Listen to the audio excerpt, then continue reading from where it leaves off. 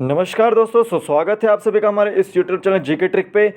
आज हम बात करने वाले हैं excretory products and there elimination की। एक्सक्रीटरी प्रोडक्ट्स क्या होते हैं और उनका हम एलिमिनेशन कैसे करते हैं, तो इस वीडियो की में हम चर्चा करेंगे, तो मेरे साथ अंत तक बने रहिएगा। तो देखिए, एक्सक्रीटरी प्रोडक्ट और देयर एलिमिनेशन, इससे रिलेटेड जो है हमको बात करनी है। तो हम यहाँ पर एक्सक्रीटरी सिस्टम जो है थोड़ा बहुत जो है इसके बारे में आज जानने की कोशिश करेंगे और एक्सक्रीटरी प्रोडक्ट क्या होता है वो जानने की कोशिश करेंगे। अभी तक देखिए, हमने जो है सबसे पहले डाइजेशन किया था, फिर आपका अब्जॉर्प्शन हुआ था, फिर आपका सर्कुलेशन वगैरह हो गया था। ठीक है, अब हम क्या कर रहे हैं, इजेशन की प्रक्रिया कर रहे हैं, यानी कि एक्सक्रीटरी प्रोडक्ट कैसे जो है हमारा एक्सक्रीटरी प्रोडक्ट बनता है, कैसे वो एलिमिनेट होता है, उसके बारे में हम जानेंगे। तो उससे पहले जो है, अगर आपने हमारी जीके ट्रिक ऐप को डाउनलोड नहीं किया, डाउनलोड कीजिए, लिंक उसका डिस्क्रिप्शन बॉक्स में डाला हुआ है मैंने, आप डाउनलोड कर सकते हैं। साथ ही साथ हमें यहाँ पे HPTET आर्ट्स या HPTST आर्ट्स के नोट्स डाले हुए हैं। ये उन एग्ज़ाम्स के लिए भी होंगे जो HPSSC की तैयारी करें, जो भी आपके एग्ज़ाम होते हैं HPSSC से रिलेटेड, उनसे रिलेटेड, तो आप वो भी परचेज़ कर सकते हैं। 220 रुपीज़ का जो है ये कोर्स है, आपका पूरा नोट्स मिल जाएंगे आपको मेरे यूट्यूब चैनल पे जीके ट्रिक ऐप पर। साथ ही जैसे CTET की तैयारी कर रहे हैं तो आप ये भी जो है परचेज़ कर सकते हैं 200 रुपीज़ में नोट्स, इसके 13 वीडियो लेक्चर्स भी आपको यहाँ पर मिल जाएंगे। ठीक है, और टेट और TGT मेडिकल के जो क्वेश्चन पेपर हैं वो आपको यहाँ पर मिल जाएंगे 30 रुपीज़ में, तो आप ये भी परचेज़ जो है वो कर सकते हैं। ठीक है, तो आज हम जो बात करने वाले हैं वो आपका एक्सक्रीटरी प्रोडक्ट से रिलेटेड है और एलिमिनेशन से रिलेटेड है। ठीक है, कि कैसे हम एलिमिनेशन करते हैं। ठीक है, तो उससे रिलेटेड बात करेंगे। तो सबसे पहले हम एक्सक्रीटरी प्रोडक्ट्स के बारे में जान लेते हैं कि क्या क्या एक्सक्रीटरी प्रोडक्ट्स क्या होते हैं। देखो, जब हम मेटाबॉलिज्म करते हैं तो वहाँ पर जो है कुछ एक्सक्रीटरी प्रोडक्ट्स बनते हैं। ठीक है, जैसे अमोनिया बनता है, यूरिया बनता है, यूरिक एसिड बनता है। तो दीज आर जो है ये हमारे जो है मेटाबॉलिक एक्टिविटीज़ के बाद जो है जो नाइट्रोजनस वेस्ट बनते हैं वो आपके ये होते हैं। कौन कौन से हैं आपके? अमोनिया है, ठीक है, यूरिया है और यूरिक एसिड है। ठीक है, तो दीज आर 3 हमारे नाइट्रोजन वेस्ट हैं जो हम एक्सक्रीटरी प्रोडक्ट के रूप में जो है निकालते हैं। ठीक है, अब कुछ ऑर्गेनिज्म ऐसे होते हैं जो अमोनिया को सिक्रेट करते हैं, तो उनको हम अमोनोटैलिज्म बोलेंगे। क्या बोलेंगे? अमोनोटैलिज्म बोलेंगे। कुछ यूरिया सिक्रेट करते हैं तो हम उनको यूरियोटैलिक बोलेंगे। क्या बोलेंगे? यूरियोटैलिक बोलेंगे। कुछ होते हैं यूरिक एसिड सिक्रेट करने वाले, तो वो यूरिकोटैलिक हो गए। ठीक है, अब देखिए यहाँ पे क्वेश्चन क्या है, which of the following is most toxic nature. इन तीनों में से कौन जो है वो मोस्ट टॉक्सिक नेचर का है, या कोई भी नॉन टॉक्सिक तो नहीं है इसमें से कोई। तो देखिए, जो टॉक्सिक नेचर का है सबसे ज़्यादा, वैसे तो तीनों ही टॉक्सिक नेचर के हैं, लेकिन जो सबसे ज़्यादा टॉक्सिक नेचर का है वो आपका अमोनिया है। क्या है? अमोनिया। उससे कम टॉक्सिक कौन सा है आपका? वो यूरिया है। और सबसे कम टॉक्सिक कौन सा आपका? यूरिक एसिड है। ठीक है, तो अगर आपको पूछा जाए कि सबसे ज़्यादा टॉक्सिक कौन सा है, वो अमोनिया है, और लिस्ट टॉक्सिक कौन सा है? यूरिक एसिड है। तो ऑप्शन सी इसका राइट आंसर है। ठीक है, नेक्स्ट क्वेश्चन देखते हैं, which of the following statement is correct. इन तीनों स्टेटमेंट में से कौन सी स्टेटमेंट करेक्ट है, या चौथा स्टेटमेंट करेक्ट है, ये बताना है आपको।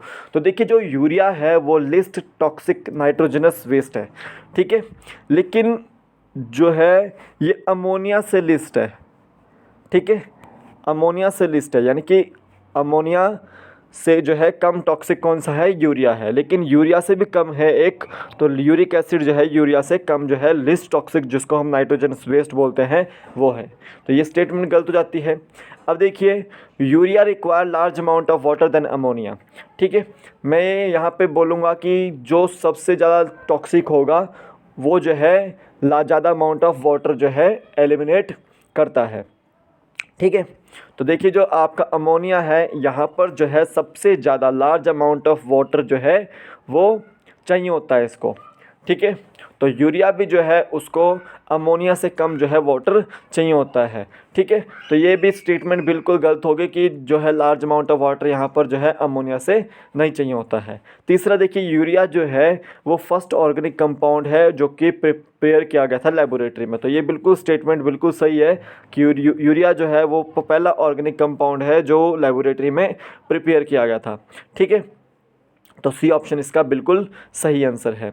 ठीक है, एक और चीज़ बताता हूँ कि यूरिक एसिड जो है वो लिस्ट टॉक्सिक है, साथ ही साथ यहाँ पर जो है लेस अमाउंट ऑफ वाटर लगता है। लेस अमाउंट ऑफ वाटर लगता है। ठीक है, ये आपको याद रखना है। नेक्स्ट क्वेश्चन देते हैं, which of the following type of animals excrete ammonia. देखिए अभी मैंने आपको बताया कि अमोनिया सिक्रेट करने वाले अमोनोटैलिक होंगे, ठीक है, यूरिया सिक्रेट करने वाले यूरियोटैलिक होंगे और यूरिक एसिड सिक्रेट करने वाले यूरिकोटैलिक होंगे। ये चीज़ आपको बताई थी मैंने। अब इसमें से कुछ एनिमल्स ऐसे हैं जो अमोनोटैलिक हैं, अमोनिया सिक्रेट करने वाले हैं, कुछ यूरिकोटैलिक हैं यानी कि यूरिक एसिड सिक्रेट करने वाले हैं, और कुछ हैं यूरियोटैलिक जो कि यूरिया सिक्रेट करते हैं। तो एक एक करके बात करते हैं। सबसे पहले अमोनिया वालों की बात करते हैं। तो अमोनिया कौन कौन सिक्रेट करता है? सबसे पहले आते हैं बोनी फिशेस पे। तो बोनी फिशेस जो होती है वो अमोनिया सिक्रेट करती है।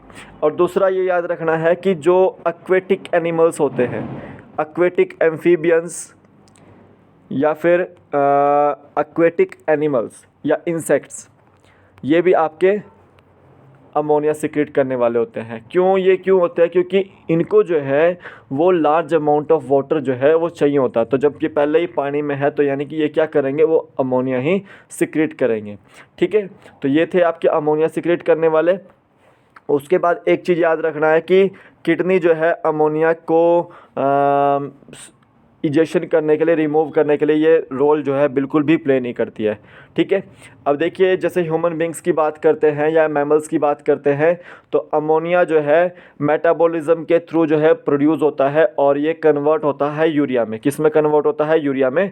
कहाँ होता है? लीवर में कन्वर्ट होता है। और लीवर से जो है यूरिया जो है की फॉर्म में जो है ये किडनी से जो है एक्सक्रीट होता है। तो ये आपको याद रखना है कि अमोनिया को निकालने में एज अ इजेक्शन वेस्ट या नाइट्रोजनस वेस्ट किडनी का जो है रोल प्ले वहाँ पर नहीं होता है।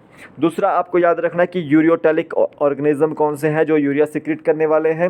सबसे पहले याद रखिए कि मैमल्स जितने भी हैं वो आपके यूरियोटैलिक होते हैं। दूसरा, जितने भी टेरेस्ट्रियल जो चीज़ें होती है, जैसे एम्फीबियंस होता है टेरेस्ट्रियल, ठीक है, अभी तो हमने एक्वेटिक एम्फीबियंस की बात करी थी पिछले में, वो अमोनिया सिक्रेट करते हैं। जो टेरेस्ट्रियल एम्फीबियंस होता है जहाँ पे वाटर की मात्रा जो है कम रिक्वायरमेंट होती है, यानी कि कंजर्वेशन ऑफ वाटर जहाँ पे ज़्यादा होता है। ठीक है, टेरेस्ट्रियल जो ऑर्गेनिज्म होते हैं उनको वाटर को कंजर्व करके रखना पड़ता है, तो यानी कि वहाँ पे यूरिया सिक्रेट होगा।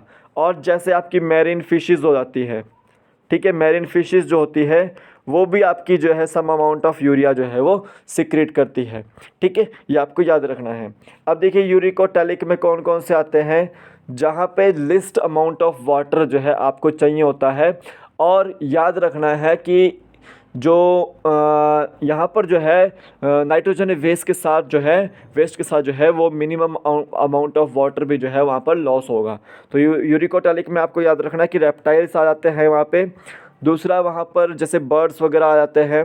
ठीक है, तीसरा, वहाँ पर लैंड स्नेल्स आ जाते हैं। क्या आते हैं? लैंड स्नेल्स वहाँ पर आ जाते हैं। चौथे, वहाँ पे इंसेक्ट आ जाते हैं। इंसेक्ट जो अमोनिया सिक्रेट करते हैं वो एक्वेटिक इंसेक्ट थे, लेकिन ये जो है आपके टेरेस्ट्रियल इंसेक्ट होते हैं। ठीक है, तो वो यूरिकोटैलिक सिक्रेट करता है। तो यहाँ पे अमोनिया को सिक्रेट करने वाले कौन थे? बोनी फिशेस थी। तो सी ऑप्शन इसका राइट आंसर है। नेक्स्ट क्वेश्चन देते हैं, the protonephridia are the excretory structure of. चाहे हम वर्टिब्रेट्स की बात करें चाहे हम इनवर्टिब्रेट्स की बात करें तो वहाँ पर कोई ना कोई एक्सक्रीटरी स्ट्रक्चर होता है। तो जैसे हम मैमल्स की बात करते हैं, वर्टिब्रेट्स की बात करते हैं, तो वहाँ पे किडनीज होती है। ठीक है, जो ब्लड को प्योरीफाई भी करती है और एक्सक्रीटरी वेस्ट को भी जो है प्रिपेयर करके जो है इजेक्शन के लिए तैयार करती है। ठीक है, तो देखिए वैसे ही जो है कुछ इनवर्टिब्रेट्स हैं जो प्रोटोनिफ्रीडिया का यूज़ करते हैं। अब कौन से हैं प्रोटोनिफ्रीडिया के यूज़ करने वाले? सबसे पहले याद रखिए कि फ्लेम सेल्स भी हम इसको बोल देते हैं। तो फ्लेम सेल्स से आपको याद आ गया होगा कि फ्लेम सेल्स कौन यूज़ करते हैं? प्लेटीहेल्मिन्थेस यूज़ करते हैं। प्लेटीहेल्मिन्थेस यूज़ करते हैं और इन प्लेटीहेल्मिन्थेस को हम फ्लैट वर्म्स भी बोल देते हैं। ठीक है, दूसरा हम प्लेनरिया भी बात करते हैं। तो प्लेनरिया भी जो है आपके प्रोटोनिफ्रीडिया से ही जो है आपका एक्सक्रीशन करते हैं। तीसरा, जब हम रोटिफर्स की बात करते हैं, रोटिफर्स भी जो है आपके एक तरह से प्रोटोनिफ्रीडिया से ही एक्सक्रीशन करते हैं। कुछ एनालिड्स, सम एनालिड्स जो है वो आपके प्रोटोनेफ्रिडिया का यूज़ करते हैं, और कुछ होते हैं जैसे सिफेलोकॉर्डेट होता है कोई, ठीक है, जैसे एम्फिऑक्सस आता है, तो वो आपके किससे करते हैं, वो आपके प्रोटोनेफ्रिडिया से ही करते हैं, ठीक है। तो ये चीज़ आपको याद रखनी है। अब नेफ्रीडिया से भी कोई ना कोई करता होगा, तो नेफ्रीडिया आपको याद रखना है कि ट्यूबुलर एक्सक्रीटरी स्ट्रक्चर होता है एनालिड्स में, ठीक है। कुछ एनालिड्स आपके जो है प्रोटोनेफ्रिडिया के थ्रू करते हैं, कुछ एनालिड्स आपके ये नेफ्रीडिया के थ्रू करते हैं, और अर्थवॉर्म्स भी जो है इसी के थ्रू जो है एक्सक्रीशन करते हैं। एक्सक्रीटरी स्ट्रक्चर जो है उनका यही होता है। तीसरा हमारे पास मालफिजियन ट्यूब्यूल्स आता है। मालफिजियन ट्यूब्यूल्स याद रखना है कि ये आपका इंसेक्ट्स में होता है और आपका कॉकरोचेज़ में होता है। किस में होता है? कॉकरोचेज़ में, ठीक है, ये आपको याद रखना है। तो यहाँ पर जो प्रोटोनेफ्रिडिया यूज़ करने वाले हैं वो आपका फ्लैटवर्म्स, बी ऑप्शन इसका राइट आंसर है, वो यूज़ करते हैं। नेक्स्ट क्वेश्चन देते हैं, green glands perform the excretory function in. तो सबसे पहले ये बताना कि ग्रीन ग्लैंड हम किसको बोलते हैं, तो हम इनको जो है एंटीनल ग्लैंड भी बोलते हैं। क्या बोल देते हैं? एंटीनल ग्लैंड्स भी बोल देते हैं। तो ये एक्सक्रीटरी फंक्शन को परफॉर्म करते हैं, किस में करते हैं? तो याद रखना है कि जितने भी क्रस्टेशियंस होते हैं, क्रस्टेशियंस यानी कि प्रॉन्स वगैरह, वहाँ पर जो है ये ग्रीन ग्लैंड्स या एंटीनल ग्लैंड्स जो है वो होते हैं, वो एक्सक्रीशन करते हैं। तो बी ऑप्शन इसका राइट आंसर है। तो जितने भी वीडियो देख रहे हैं नीट वाले भी जो है इसको प्लीज़ लाइक कीजिएगा, शेयर कीजिएगा, और HP टेट और TGT वाले भी जो है इसको शेयर कीजिएगा, और प्लीज़ अपने जो फ्रेंड सर्कल होते हैं उनके पास जो है व्हाट्सएप ग्रुप पे जो शेयर कीजिए, ठीक है। एक एक करके मैं यहाँ पे आपको NCERT की जो +1 की जो बायोलॉजी की किताब है, चैप्टर 19 था ये, ठीक है, वो करवा रहा हूँ MCQ फॉर्मेट में। तो आपको ये नीट वगैरह एग्ज़ाम्स में जो है काफ़ी लाभदायक रहने वाली है, या कोई भी एग्ज़ाम हो जिसमें बायोलॉजी आती हो, आपको ये काफ़ी जो है लाभदायक रहने वाली है। तो आगे चलते हैं 6th क्वेश्चन की ओर। Which of the following is not a part of human excretory system. तो हम यहाँ पर बात करने वाले हैं ह्यूमन एक्सक्रीटरी सिस्टम की पहले, ठीक है। देखो, जब हम ह्यूमन एक्सक्रीटरी सिस्टम की बात करते हैं तो वहाँ पर जो है किडनीज़ का पेयर होता है, और एक पेयर में कितनी होती है? 2 किडनीज़ होती है, ठीक है, एक राइट साइड पे, एक लेफ़्ट साइड पे। अब देखिए वहाँ पर यूरेटर भी होते हैं, ठीक है, यूरेटर के भी एक पेयर होता है, एक किडनी से अटैच करेगा, दूसरा दूसरी किडनी से अटैच करेगा। यूरिनरी ब्लैडर जो है, जहाँ पर आपका यूरिन जो है वो स्टोर रहता है, वो एक ही होता है पुरुष में, और एक होता है यूरेथ्रा, जहाँ से आपका यूरिन जो है बाहर निकलता है। तो यहाँ पर मैं उन्हीं चीज़, ये जो 4 पार्ट हैं आपके, ये अभी मेन पार्ट हैं ह्यूमन एक्सक्रीटरी सिस्टम के बारे में। तो यहाँ पे मैं आपको दिखा देता हूँ कि जब हम बात करते हैं ह्यूमन एक्सक्रीटरी सिस्टम की, तो ये आपकी किडनी जो बीन शेप्ड जो स्ट्रक्चर है, ये आपकी किडनीज़ है। फिर आपकी ये जो है आपकी ये यूरेटर है, दोनों ये यूरेटर आपको दिख रही है। फिर आपका ये जो है आपका ये यूरिनरी ब्लैडर है, क्या है? यूरिनरी ब्लैडर है। और ये लास्ट में आपका क्या है? नीचे ये यूरेथ्रा है, ठीक है। अब यहाँ पर देखिए कि ये जो आपको किडनीज़ के ऊपर दिख रहा है, यहाँ पर ये एड्रेनल ग्लैंड है। तो किडनीज़ के ऊपर कौन सा ग्लैंड है? वो आपका एड्रेनल ग्लैंड है, जो दोनों किडनीज़ के ऊपर होती है, ठीक है। अब देखिए inferior vena cava, inferior vena cava ये इसलिए जो है ब्लू कलर के दिखाई दे रही है आपको, क्योंकि इसमें जो है वो आपका डीऑक्सीजनेटेड ब्लड होता है। क्या होता है? डीऑक्सीजनेटेड ब्लड होता है। और ये है आपकी रीनल आर्टरी, ठीक है, रीनल आर्टरी, ठीक है। ये आपको याद रखना है कि यहाँ पर जो है लाल कलर इसलिए दिखाई दे जा रहा है क्योंकि इसके पास जो है ऑक्सीजनेटेड ब्लड होता है, ठीक है। अब ये क्या कर रही है कि डीऑक्सीजनेटेड ब्लड को ला रही है और ऑक्सीजनेटेड ब्लड को जो है वापस जो है छान कर जो है वापस भेज रही है, ठीक है। अब ये देखिए कि समझ लो कि एक तरह से ये डॉर्सल ऑर्टा ही है, ठीक है, डॉर्सल ऑर्टा ही है। और ये पूरा का पूरा जब हम इसका जो किडनी का जो है डाइसेक्शन करते हैं तो आपको यहाँ पर कुछ पार्ट दिख रहे होंगे, जैसे आपको ये पेल्विस दिख रहा होगा, ये मेड्यूला दिख रहा होगा, ये कॉर्टेक्स दिख रहा होगा। तो ये अंदर के पार्ट हैं। जब हम किडनी को काटेंगे तो किडनी में जो है आपको बाहर का जो पार्ट दिखेगा वो आपका कैप्सूल होगा। फिर उस ऊपर अंदर जो है वो 2 भागों में डिवाइड होती है, अंदर होगी, मान लो कि आपकी अंदर वाला भाग जो है मेड्यूला होगा और बाहर वाला भाग जो होगा वो कॉर्टेक्स होगा। इस तरह से वो डिवाइड हो जाती है, ठीक है। तो ये आपको याद रखना है। तो ये ह्यूमन एक्सक्रीटरी सिस्टम के जो है सारे के सारे पार्ट है। तो यहाँ पर देखिए क्या क्या पूछा है, which of the following is not a part of human excretory system. तो पेल्विस भी उसका पार्ट था, मेड्यूला भी उसका पार्ट था और कॉर्टेक्स भी उसका पार्ट था। देखिए एक मेड्यूला जो ऑब्लोगोंटा होता है वो आपका दिमाग में भी होता है, ह्यूमन ब्रेन में भी होता है। जो हाइंड ब्रेन होता है वो उसके पार्ट है एक तरह से। ये जो मेडुला है ये आपका किडनी का पार्ट है, किडनी का पार्ट भी है ये। और एक तरह से मेडुला ऑब्लोंगोंटा अगर पूछा जाए तो वो ह्यूमन ब्रेन का पार्ट है। तो देखिए ये जो सीकम है आपका ये लार्ज इंटेस्टाइन का पार्ट है और ये जो है ह्यूमन एक्सक्रीटरी सिस्टम में जो है मदद नहीं करता है, तो यानी कि पार्ट नहीं है उसका। डी ऑप्शन इसका बिल्कुल सही आंसर है। नेक्स्ट क्वेश्चन देखते हैं, what is the length of kidney. अब यहाँ पर पूछा गया है लेंथ किडनी की। तो देखिए लेंथ किडनी की अगर हम बात करें तो किडनी इस तरह की जो शेप होती है उसकी लेंथ की अगर बात करें तो ये आपकी लेंथ है पूरी की पूरी। तो ये 10 to 12 सेंटीमीटर उसकी लेंथ होती है। दूसरा आपको याद रखना है कि इनकी विड्थ कितनी होती है, ठीक है। विड्थ कितनी होती है, विड्थ होती है आपकी 5 to 7 सेंटीमीटर, 5 to 7 सेंटीमीटर। और याद रखना है कि थिकनेस कितनी मोटी आपकी किडनी है, ठीक है। थिकनेस याद रखना है तो 2 to 3 सेंटीमीटर उसकी थिकनेस होती है। और सब सही में याद रखना है आपको कि किडनी का वेट कितना होता है। तो किडनी का वेट भी याद रखना है कि 120 से 170 ग्राम के आसपास किडनी का वेट होता है। और एक और चीज़ याद रखनी है कि जनरली आपकी ये एब्डोमिनल कैविटी में जो है ये किडनीज होती है, ठीक है। एब्डोमिनल कैविटीज़ में ये किडनी होती है। और याद रखना है कि थोरासिक का जो लास्ट पार्ट होता है, ठीक है, और ल्यूम्बार का जो है ये थर्ड पार्ट होता है, उनके बीच में जो है ये आपकी किडनीज होती है। जो ये थोरासिक पार्ट है, ल्यूम्बार पार्ट है, ये आपकी बोन मैरो के जो है पार्ट है। सर्वाइकल, थोरासिक, ल्यूम्बार, सैक्रल, कॉर्डल ये आपका पार्ट है, ठीक है। तो जहाँ पर थोरासिक का 12वां भाग होता है और ल्यूम्बार का 3रा भाग होता है तो उनके बीच में जो है किडनी जो है प्रेजेंट रहती है। तो यहाँ पे लेंथ पूछी गई थी 10 to 12 सेंटीमीटर, ए ऑप्शन इसका बिल्कुल सही आंसर है। नेक्स्ट क्वेश्चन देते हैं, ureter blood vessels nerves enter into the kidney through. अब देखिए हमने यहाँ पर बात की थी अभी कि किडनी में यूरेटर होती हैं, कुछ ब्लड वेसल्स वगैरह भी होती हैं, नर्व्स वगैरह भी होती हैं। तो यहाँ पर हम किडनी का थोड़ा सा डायग्राम यहाँ पर देख लेते हैं। अब देखिए ये आपकी किडनी है, बीन शेप्ड किडनी है, ठीक है। अब आपको यहाँ पर थोड़ा सा यहाँ पर दिखा देता हूँ कि ये जो रीज़न है, देखिए यहाँ पर जो कनकेव सरफेस है इसका, यहाँ पर एक तरह से ये जो पोर्शन है यहाँ पर जो है एक नाम का जो हाइलम नाम का जो है ये स्ट्रक्चर है। यहीं से जो है वो आपकी यूरेटर ब्लड वेसल्स या नर्व्स जो है वो एंटर करते हैं। तो हाइलम से जो है आपकी जितनी भी ब्लड वेसल्स होती है, यूरेटर होती है या नर्व्स होती हैं वो एंटर करती हैं। अब देखिए जब हम इनर जाते हैं हाइलम के अंदर तो एक फनल शेप्ड स्पेस आता है। क्या आता है?